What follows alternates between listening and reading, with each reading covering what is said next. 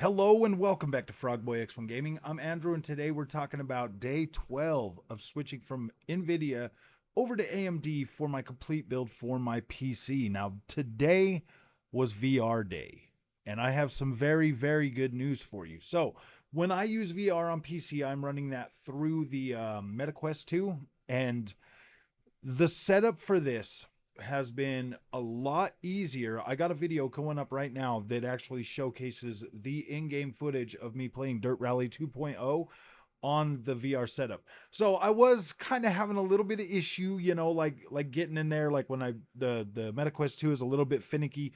Um, Playing Dirt Rally 2 with tire popping and stuff. Just watch the whole video through. You'll see everything that I'm talking about. You'll hear my phone alarm going off. It's like, and you get into VR, the stars have got to line up right. And I want to compare this to my other VR experience with the PS5, just due to the fact that PSVR 2 is pretty much like plug and play. Definitely the PlayStation has an edge of just being able to get in there and things working and just getting done, but you still have like the VR quirks of like the stars lining up right and everything to be able to get in there and play. Now, the thing that I love the most about the MetaQuest 2 and being able to use, the AMD 7900 XT to play that, um it's very good. But when you get into when you download the MetaQuest app, it's going to try to tell you that your 7900 XT isn't compatible just because it hasn't been added to the list. But you've got 6900 XT, the 6000 series that work perfectly. So I knew for a fact that it was going to work. It was just not going to be supported with the Quest app or whatever. But once you get into Steam VR and you get in there and you start playing, it works just great. I'll probably download some Half-Life Alyx and put out a Half-Life Alyx video as well, with that. But my batteries in my MetaQuest 2 controllers were almost dead, so you're going to see like that flashing in there. Somebody from the community playing their games, they'll have like the little thing in there as well. It was kind of funny. But okay, so the one thing that I want to stress, using the Adrenaline software to record that footage, perfect. So incredible. I love this Adrenaline software, man. Like, this thing is so freaking good, especially for a creator. I love it. So I got in there, I hit the Alt R button to like record, and I'm like, oh gosh, is this gonna work? Is this gonna work? The video quality came back so much better than it ever did on that other build with I don't know what it is, but using the GeForce recording software, I hate that. I literally hate that. After using the Adrenaline software to do recording and everything, I think this is so much better for being able to record and capture your PC footage. I love it. I love it. I get in there and I set everything up. I set my microphone level. I set everything. I set the bit rate, everything that I want to record at, and it's perfect. It comes out nicely. I did the same recordings of Dirt Rally 2.0 using the MetaQuest on the 3080. And when I watched the video replay, it came back at like 720p, and it was all just wasn't. I mean, but I still put the video out, and the in-game in the headset footage was definitely better than what I put on YouTube with that video. But this right here captured the amazing, beautiful visuals and everything, and it was butter smooth. Like, it's so smooth in that Quest headset. 120 FPS playing Dirt Rally. Definitely that has an edge over playing Gran Turismo 7 on the PSVR 2, because I'm getting my 120 FPS and I can set my resolution way higher on the Quest. It just looks incredible. It's incredible. It's a really good VR experience. I do love it. So if you're on the fence about switching over to AMD due to the VR support, it's fine. It works fine. It works great. Now, when it comes to like other headsets, because dude, I'm going off of MetaQuest 2. That's the headset that I have. I will be upgrading to MetaQuest 3 sometime this year when it comes out. I will be getting that to play my PS or my Steam VR games with that. I feel like I've never used any of the other headsets, but to me, I like the way the MetaQuest is just, I can take it, unplug it, go play it in the front room with the kids. I can bring it back, I can plug it into my PC, and I can jump on there and I can play and I can have a good time. And this here just it sets up so much easier. I feel like when I had the Nvidia card, um it wasn't as user friendly as this seems to be. Like this seems to work just a lot better. Um at least for me, for what I'm doing with it. It just seems to be a better fit, like a better overall experience when it comes to that. And I also did test out today the editing software while running with the 7900 XT. And to be completely honest, because I use Cyberlink Power Director, I feel like the experience is interchangeable with Nvidia. Like it runs just as good. It works fine. I didn't have any problems with trying to upload or create content or get the settings to where I can just to where I can, you know, create my file and then upload it to YouTube. No problems at all. It works exactly the same. It's a seamless experience, and that's pretty much how it's been. The only problem I've had with this build is the fact that I built it and I used the wrong type of memory at first and it was messing things up, but now everything's butter smooth and it just runs great. Like I'm very happy with the decision that I made to go with AMD to test it out. Is it better than the Nvidia experience? The software part with the adrenaline and recording and being a creator and all of that stuff, I'm giving the tilt to AMD because it's easier to access, it's easier to get into, easier to set up, a lot easier to understand what you're playing around with. Is it lacking features that are on Nvidia? Probably.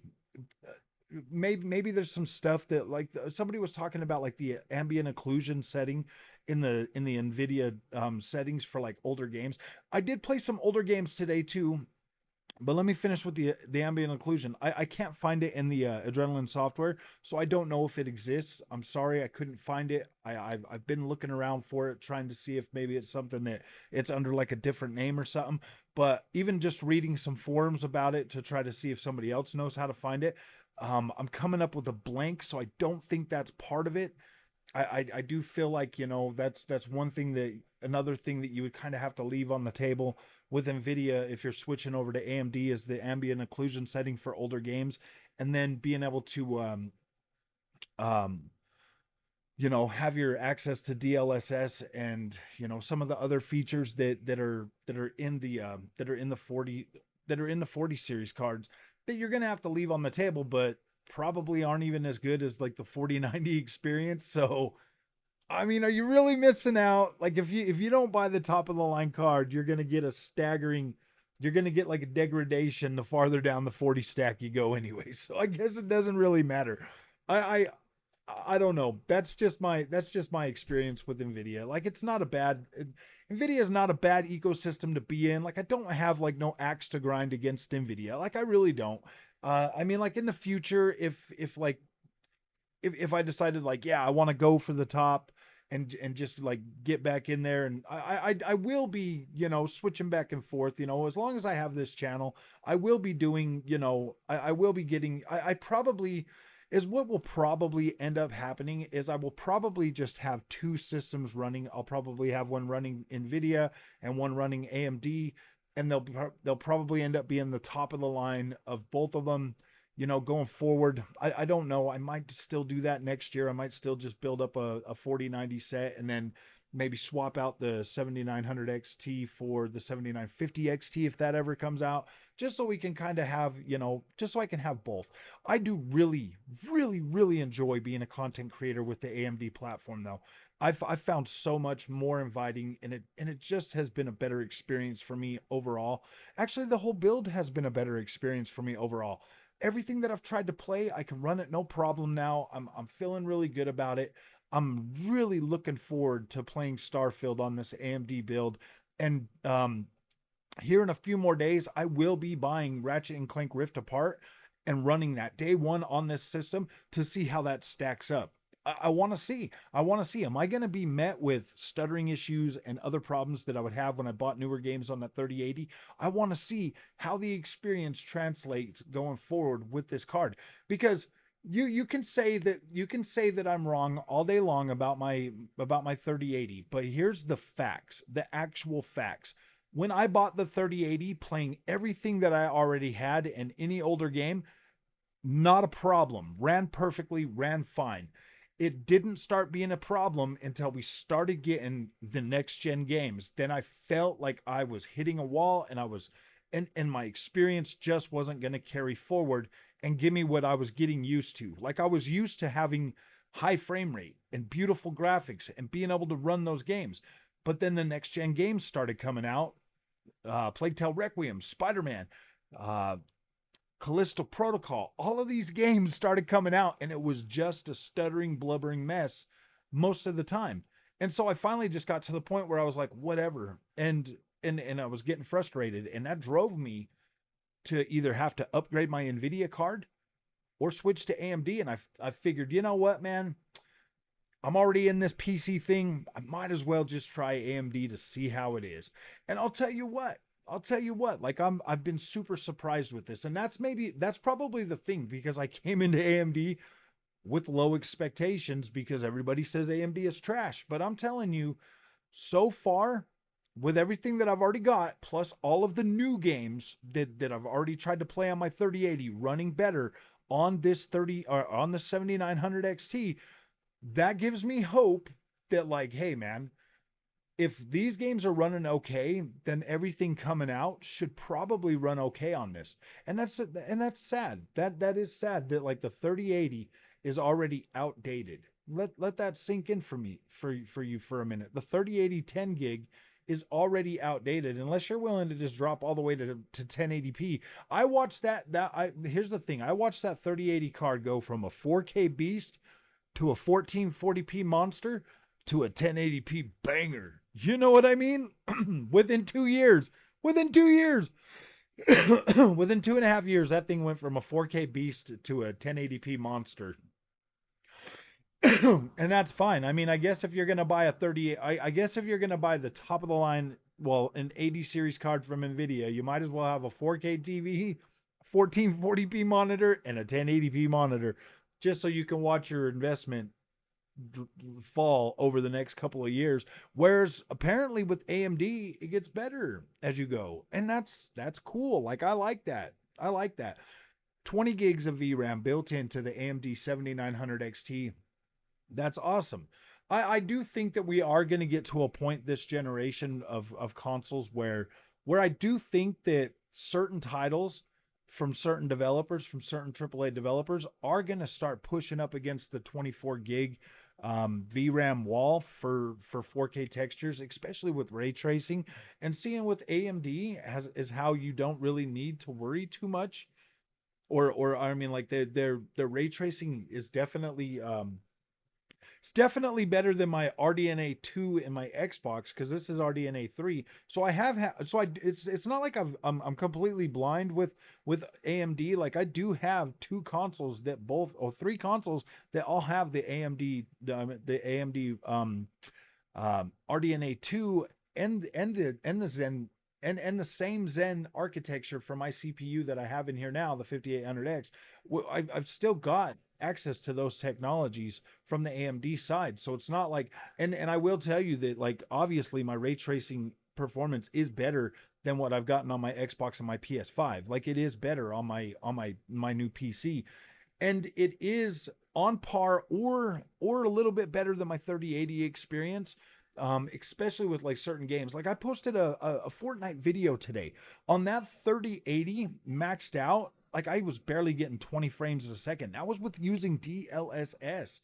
And now I'm just using no upscaling whatsoever in that video that I put out, and I was getting almost to 60, anywhere from like 45 to 70 FPS experience while playing Fortnite at 4K with everything turned on.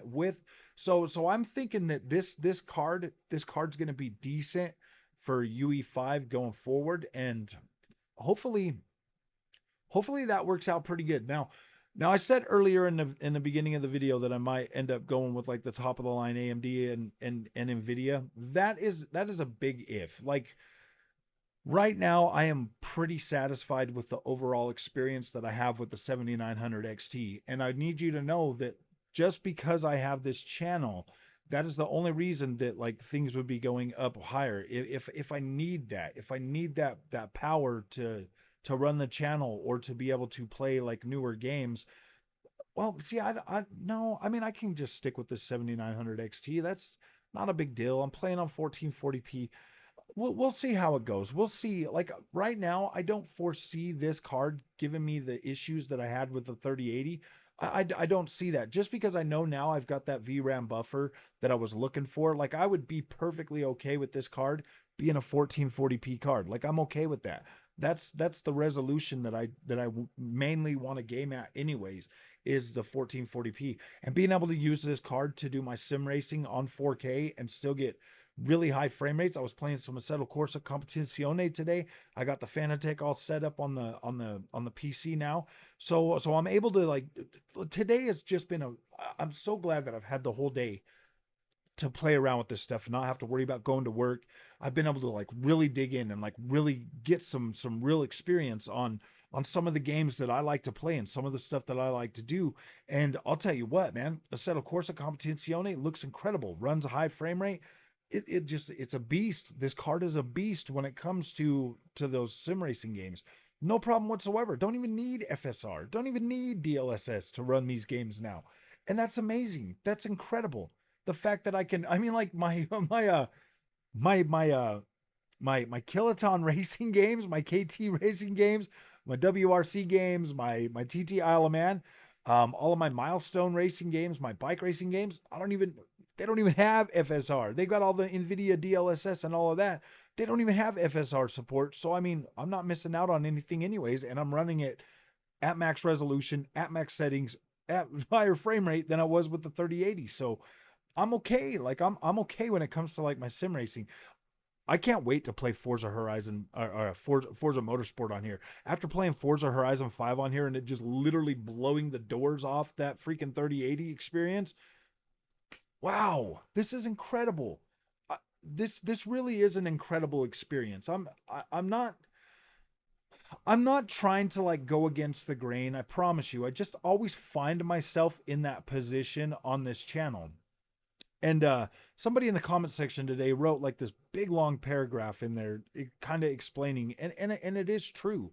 Like these companies do go out of their way to get people to do marketing, and it really is sick, man, and it really is disgusting. And I 100% agree with what he wrote because, man, I used to work in retail, and like the PlayStation rep was very cool. Like just made you. I mean, it wasn't like they were like, hey man, if you move our stuff we're gonna do this for you. No, it was sly. It was more like making you feel like part of the team, making you feel like, yeah dude, this is awesome, you've done so well, like here, have this, here's a PS2 system, because that was when PS2 was there. Here's a PS2 system, and hey, check out these games that we got for you. They're not out yet, play them, let me know what you think about them, check this stuff out. Like just the like just the experience and how it felt. Like the Xbox rep, I mean, wasn't like I don't even remember the Xbox rep being like super like pushy or anything. They were just kind of cool, like here you go, man, here's some stuff. And but like with the PlayStation guys, they just made you feel like, yeah, you're part of the team. And I think that was a big thing that led to me being a just like team PlayStation and like hardcore team PlayStation was just working, as a store manager for Game Crazy back in the early 2000s, and just feeling like you're part of the team and like, here you go, man, like take this, here's like this cool stuff, and I don't know. So it just kind of makes me feel like when I get in here and when at being a content creator, because I get people that reach out to me and want me to cover their products and stuff. And so far I've been lucky to not have any of them try to be like, yeah, dude, do this. Well, 'cause none of them have offered me money yet. I haven't asked for money to like review these products. I've gotten the product and it's just been that, and I've been pretty cut and dry with them. Just been like, yeah, I'll test your product, I'll check it out. I mean, like especially like with the Camus stuff. With the Camus stuff, there was no demands for anything to like do anything like that. They're just like, hey, will you try this out? The only thing they've asked me to do before the products went on sale was to let people know that they are a prototype and they're still in work. So if there's anything like any bugs or any glitches or anything like that, they've kept a channel open with me to be able to talk to them and let them know how I feel. The, I feel like Camus, like every brand that I've worked with on this channel, every single one of them have been good. Like I haven't they haven't asked me to like go out of my way to like really like try hardcore like promote their products. And like the affiliate thing that I have with like Camus, like is it what, like 5% or something? Actually no, I get like a point system. Like the more views I get, the I can trade the points in for like different equipment over there. So that's kind of cool. I like that. It does give you kind of like a it does give you kind of like a desire to like make more videos and like show off the product more, like it does, and that's cool. I like that approach probably better than like a monetized thing. Like I can make content for Camus and get a whole bunch of content out there and get views and use those views to get more product from them. I like that setup. But when it comes to AMD, like going over like the whole shill thing, because I'm pretty sure everybody's gonna start calling me an AMD shill by the time I'm done making content for this 7900 XT. I'm pretty sure I'm gonna get shoved in the little red corner, and I'm gonna be an AMD fanboy and a shill and all of that stuff, just like they put me in the Xbox fanboy shill class. And Microsoft drops off the dump trucks of money for me to keep shilling Xbox. Hey man, I like AMD. I think they have a pretty dang good product. I think it's one of those things where ignorance is bliss, my friends. And I've said this with Fanatec, I've said this with Camus, I've said this with every freaking brand that I've covered on here. Ignorance is bliss. If you only have access to that one product, you never know about the other one, and it's easier to not even pay attention to it. So ignorance is bliss. And that's the thing that like that's the thing that I really think goes against like the Camus or AMD or any of these other brands, is the fact that ignorance is bliss. Their name's not, as talked about. And if nobody tries it, then nobody talks about it and nobody ever gets to experience this product. So that's why with my coverage for AMD, I'm trying to do like more of a deep dive into this stuff and like help you understand better about your purchase. Because if you go to any of the other mainstream channels out there that do like the benchmarks or the PC reviews or the card reviews, every single one of them, I guarantee you, just go look through all their content, man. When the new cards come out, it's overwhelming AMD or overwhelming Nvidia, very little about AMD except for the one specific video they make about the card. And then they'll either like with Jay's 2 cents, right after they did like the reviews for the AMD card, then he came back out with the overheating problem, and then that's all you hear about with AMD is like the overheating problem with the 7900 XT, like sitting vertical or horizontal. That's all you hear. You don't hear any of the other like, hey man, check out the adrenaline software, check out like from any of those guys. You don't hear anything. You only hear about the negative stuff that comes from those. And I mean like the negativity with with all the brands, that they cover. But the only things they really upsell and really talk about is Nvidia. DLSS this, frame generation that. I mean, all of them were like, yeah, frame generation sucks at first and you get latency and blah, blah, blah. And now look at, they're all coming around. They're all coming around to it. And it's just the greatest thing ever. It's just the greatest thing ever. So, I mean, I get that technology and software gets better and the more the development goes into it, and then you get the updates and all of that, and it does get better over time.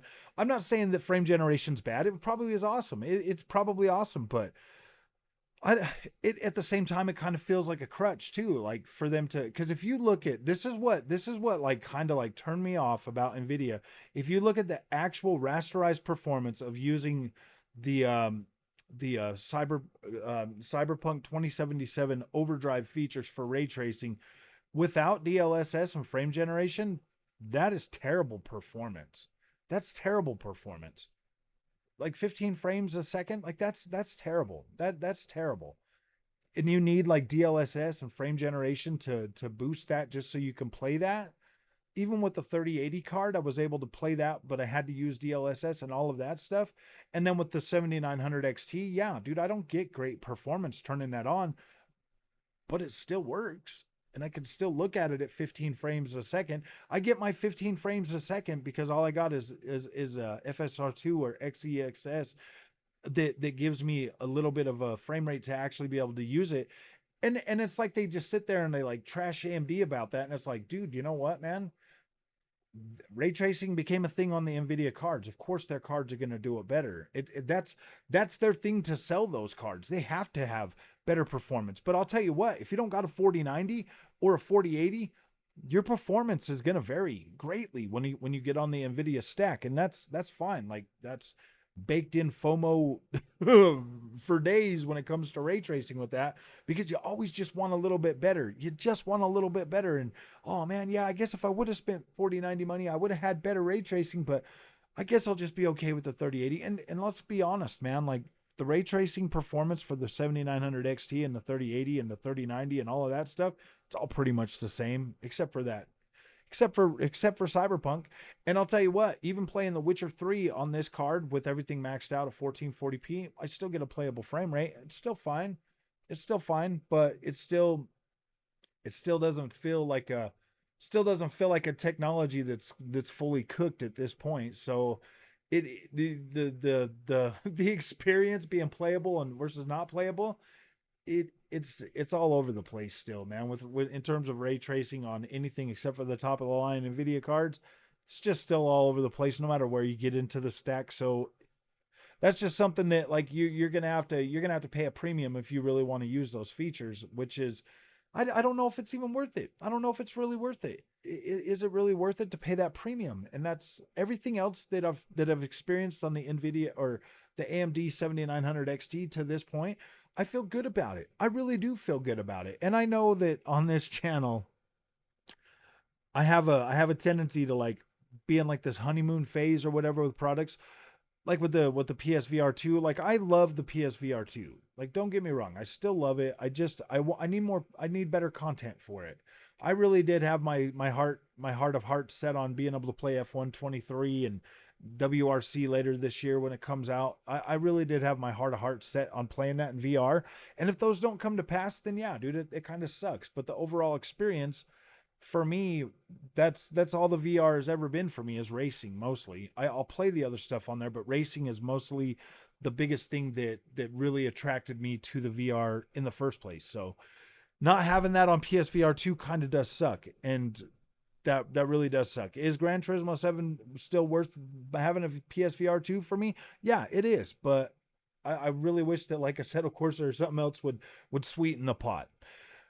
As it sits right now for AMD, with this being day 12 of my overall experience with AMD, I can comfortably recommend this product to my community. I can comfortably recommend this product to my community, knowing that you are going to get an awesome experience. Like you're going to get a great experience. You're going to feel good about it.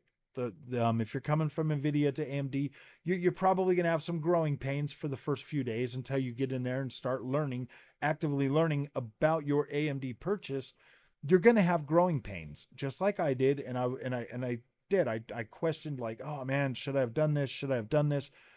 And it turned out to be okay. Like it's turning out to get better and better every day. The more I learn about it, the more I play with it. It just is getting better, and it's fine. Like I'm grateful I made this decision. Would I have had a better experience with the 4080? Probably. Probably. Would I have had a good experience? Would I have had a better experience with the 4080 over the 3080? Yes, I would have. I would have had DLSS. I would have had frame generation. I would have had all the bells and whistles that come with the NVIDIA stack. But then I would have never bought the AMD card, and I would have never found out that, hey, man, this is a competitive product and it's good and it works and it does everything I need it to do. And I'm happy about that. I feel really good about my purchase. I feel good about the investment that I made to build a whole, like, I got to build a whole new PC over this card and really experience what PC gaming is all about from the ground up, of having to build my own system and get everything running and figure out things all on my own. And get my windows and all of that stuff installed, and like it's great. Like it's a pretty cool experience, and I greatly appreciate the opportunity that AMD that buying the AMD card has given me. It's given me I bought my Nvidia experience already done, and it was good. That 3060 Ti card was awesome. That was an awesome experience. I didn't need to play around with any of that stuff, and it was good. Like it was good. It was fun. It was great. I feel like that experience was awesome, and I do kind of feel like the performance uptick that you got from the 3060 Ti over the rest of the Nvidia stack lineup, it was pretty good. Like it was pretty awesome. Like that was great.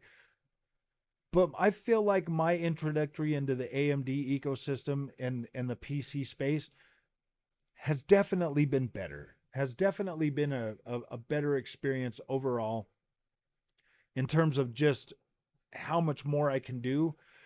And to tell you the truth, this build probably cost me about the same amount of money overall as I paid for that 3060 that 3060 Ti build. I spent 1700, it was like 17 something, almost like 1750 for that complete build. And that was just the 16 gigs of RAM, the 3060, the 1 terabyte storage, and like the 36 and the 5800X. Well, I took the 5800X and put it into this build. I'm about $1,400 if I was to buy a new 5800X and put it in this, and 1 terabyte hard drive or whatever. I'm about the same price. So the experience overall is about the same cost wise. Overall, it's about the same.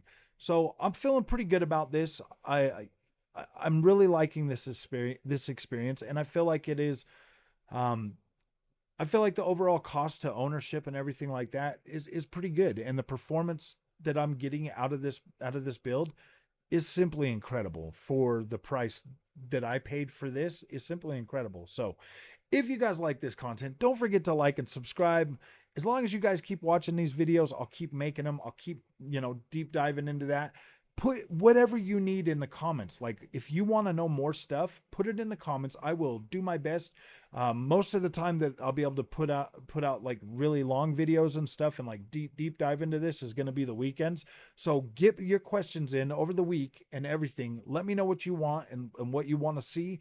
And what you want me to research more, and I'll do that. I'll make those videos for you because I think there needs to be more AMD content out there like this. So as long as you guys keep watching this and keep subscribing and keep building this channel, the easier it is for me to justify making more content like this. And these videos right now with AMD are doing very, very well. So I will keep making them, and I will keep doing my best to find out that information that you need for this. So we'll see you guys in the next one. Thank you for watching, and have a good night, man, because I'm going to.